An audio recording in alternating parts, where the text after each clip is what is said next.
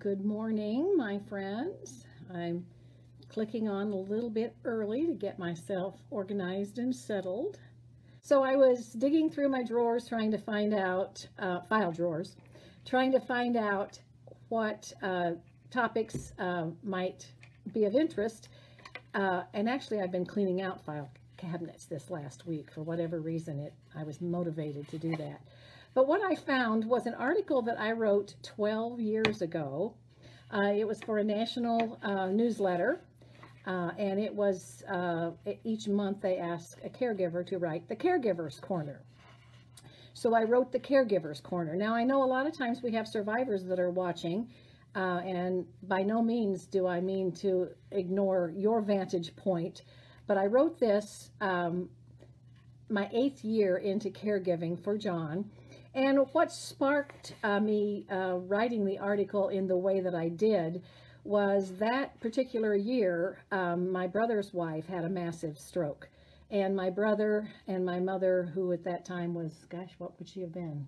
Close to 90, 80, late 80s, 90-ish, were trying to navigate her critical care. Her stroke was way worse than John's.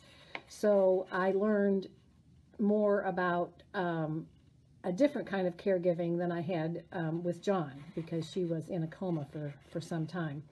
But I remember my brother, reaching out to me almost daily at that time.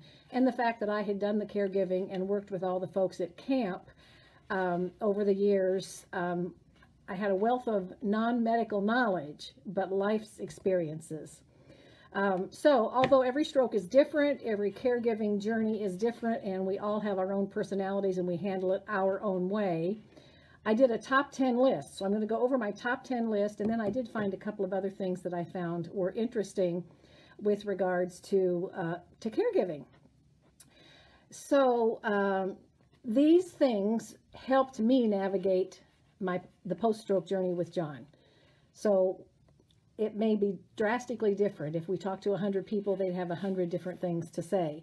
But this is kind of what I noticed and what helped us navigate. The number one that I wrote down was make routine your friend. Give your survivor adequate information about any changes as soon as possible. And I think because I move quickly and I make decisions quickly and I have a lively personality, John not so much,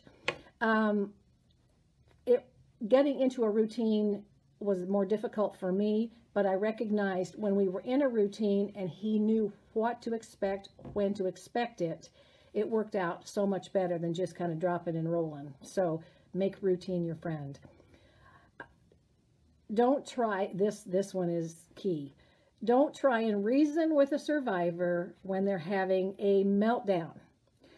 And I think probably almost universally, sometime within those first weeks to months following a stroke, hi Lizzie, following a stroke, there is emotion. It's called involuntary emotion expression disorder. I was so thankful to find that out. And it has to do with the misfiring going on in the brain. And those first couple of years, John either cried or screamed and yelled. He was either angry, screaming and yelling ignorant things, or he was sobbing and crying uncontrollably. So when that's going on, don't try and talk them through it. Don't try and reason with them. They're simply not able to make a rational decision at the moment. And if there's anger there, what saved me was to say, I know this is the stroke. I'm blessed by the fact that I know he loves me dearly and he cherishes me.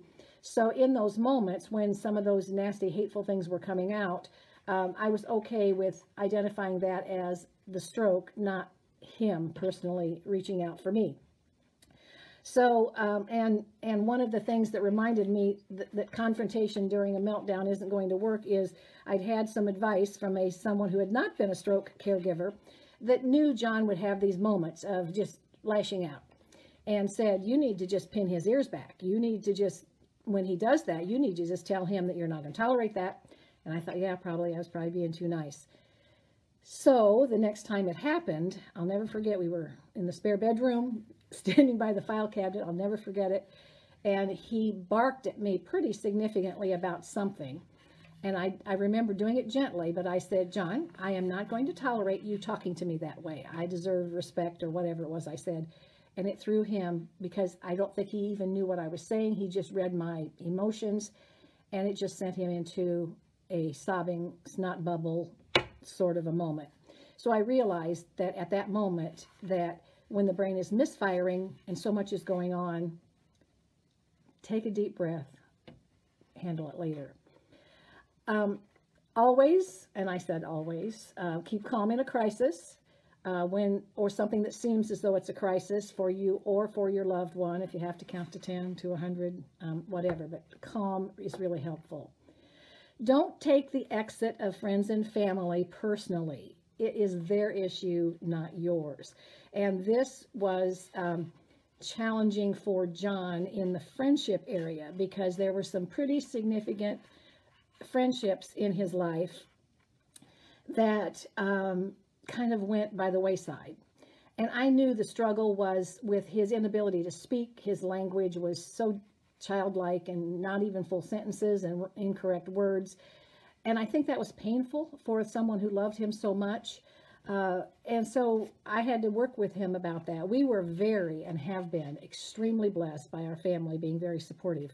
No family has exited on us at all. So we're blessed that way.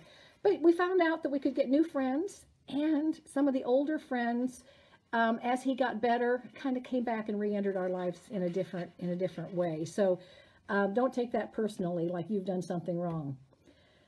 This is the biggest advice for myself, and it's slow down and repeat things with great regularity as they're necessary.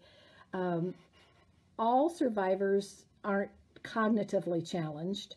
My husband is pretty cognitively challenged and doesn't always receive the language accurately.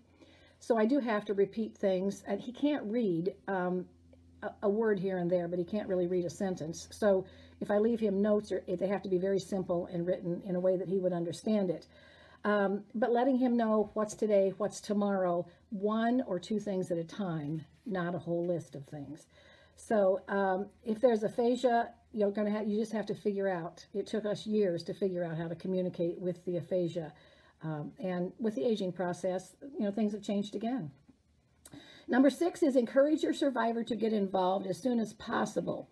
In the early years, John did start going back to the gym and ride the bicycle, and I would take him there and pick him up. So he had an hour without me, and he really learned to communicate with others and made some good friendships there, leaning on them to help him.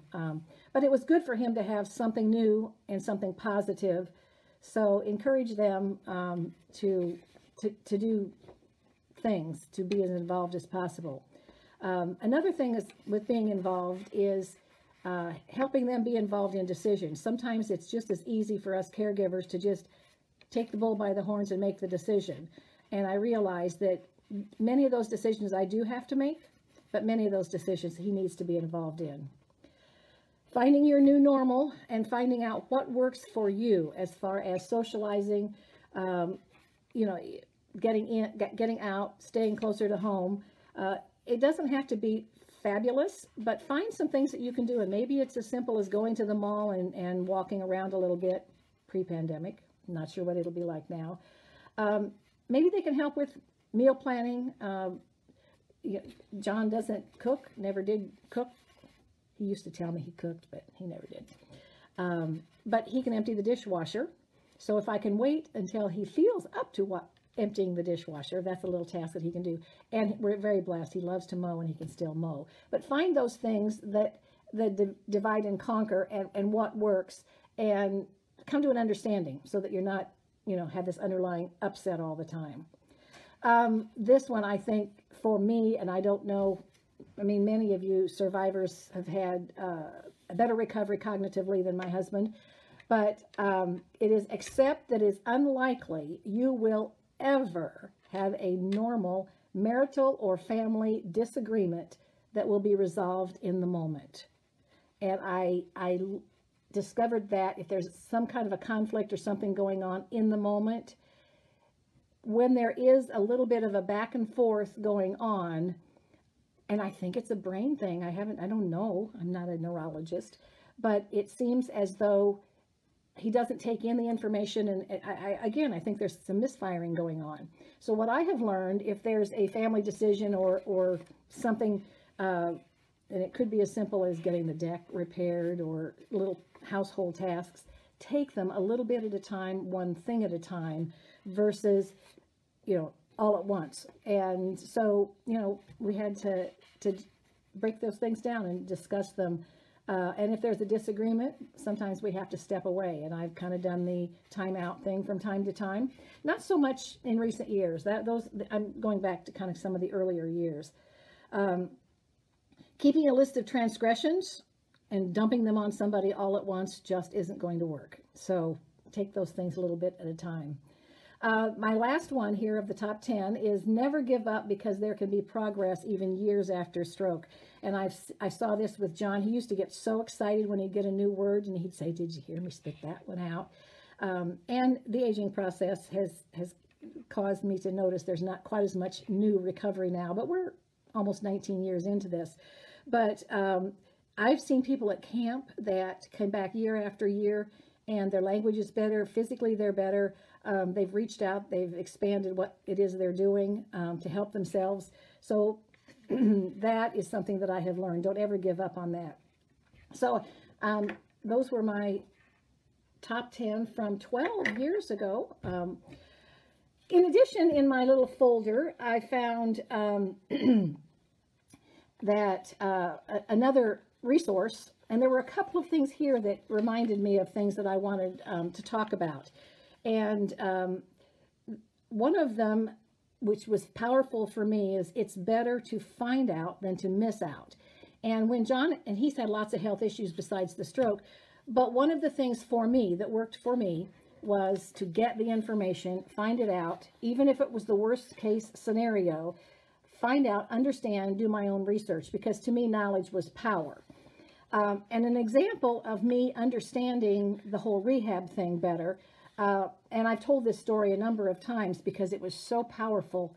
When he was in outpatient occupational therapy, maybe a few weeks out of the hospital, and we go for our outpatient occupational therapy. And because of his aphasia, I stayed with him just in case I needed to interpret, my favorite thing.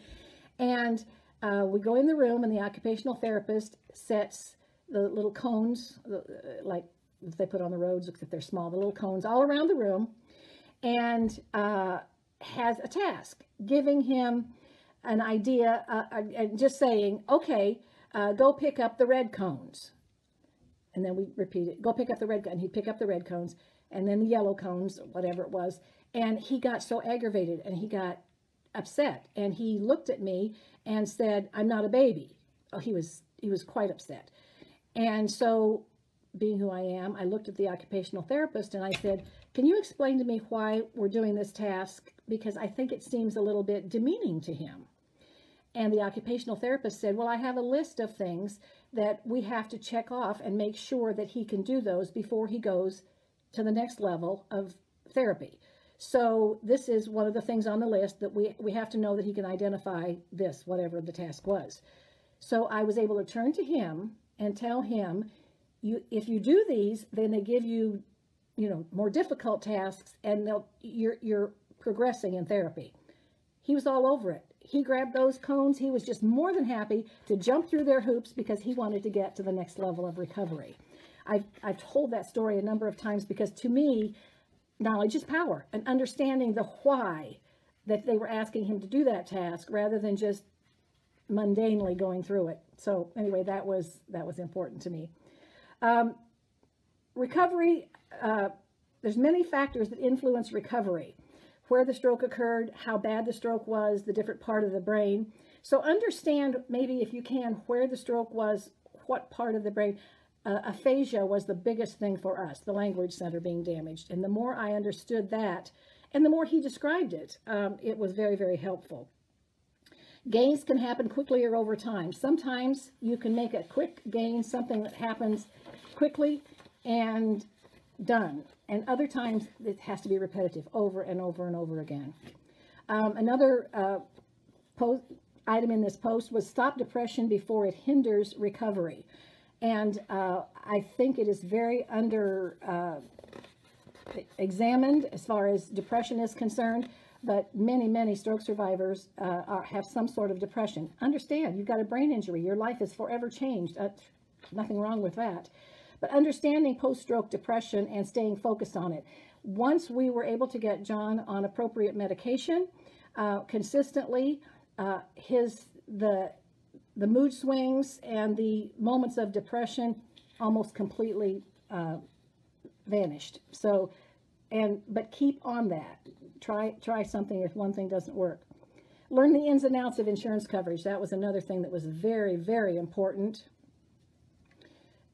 because sometimes one of the things that people, we've talked about at our camps, is that people don't realize that you may have plateaued, or you may have gotten to a certain point, or you ran out of visits. But the next year, particularly with Medicare, you might be able to get another 12 or 15 or 20 visits. So sometimes you do some things at home to keep the therapy going, and then maybe after in a new program year, you can get some more therapy. So don't forget, reach out, ask, try and figure that out.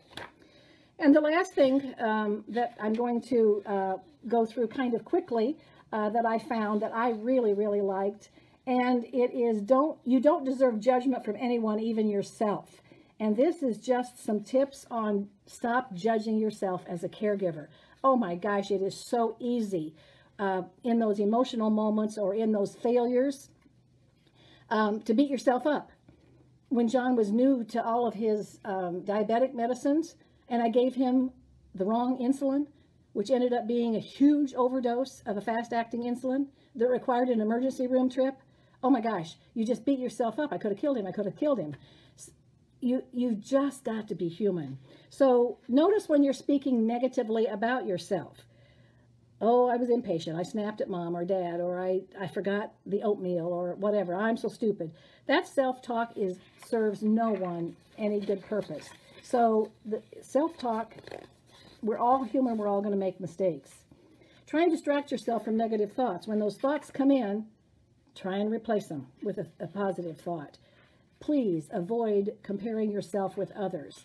I have a lot of times when I meet people, they just, they go on and on about my energy. Well, I'm blessed with high energy, and I'm blessed with my personality that has served caregiving fairly well. Everyone isn't me. So do your caregiving the way it works for you. Do your caregiving in a manner in which it serves you and serves the one that you're taking care of. Don't compare yourself to any other caregiver. Just be yourself and do yourself. Look at the big picture. Is the house messy? Do you not, did your loved one not get dressed or showered in the quickest time possible? Oh, well, in the big picture, does the fact that the shower didn't happen today and it happens tomorrow not going to impact anything? So put on some music, do something relaxing and fun, and say, hey, tomorrow's a new day. Talking with others in similar situations. I love the discussion groups at our camps, and we're hoping to do some Zoom things soon to stay connected with everyone. But talking to others in the same situation, your caregiver support groups or support groups where caregivers can meet with others, very important. And keep a success journal. There's nothing, if you find something that really worked, or something that you said or did that really worked, make a note of it, because it's wonderful to go back and realize all the successes that you've had over the years. So that's my ramblings this morning from a caregiver's vantage point. Any of you survivors who are watching and want to make a point of something that's worked for you, or something that you would love to have us know, put it in the notes. Please feel free to share this video with any of your friends, family, individuals, or invite them to join our community group so that they can watch them at any time. One other exciting thing that happened yesterday, very quickly, through our Facebook page, we got a notice that someone who's writing a daily article about stroke on the Reader's Digest Wellness newsletter, which is an online newsletter, and had found us and wanted to talk to someone that had been to camp. So Carrie and Kelly saw that message before I did, and they replied to her. And so she sent me all the questions, and because we had such a timeline, I couldn't reach out to several survivors and things for the interview. She was more than happy just to interview me about our post-stroke journey. And so I sent her lots of information and videos and links and everything that she wanted. So my understanding is that today she is going to be publishing an article about Stroke Camp and United Stroke Alliance, and probably some things on John's and my journey, because a lot of the questions were specific to our journey and some were specific to the camp experience. So I spent quite a bit of time yesterday responding to her, and it was kind of fun. So she told me when the article is live, she will send me a link. So I will post that link here on the notes so that anyone who wants to see what she wrote, I'll make sure it's accurate first. It should be. So anyway, that was kind of exciting, and it happened all in one day. You just never know. And I was thankful that I was able to respond to her quickly and get a little bit of notoriety. So thanks everybody for tuning in. It's been fun, and I didn't do quite as many times. I'm working on that. I'm a work in progress.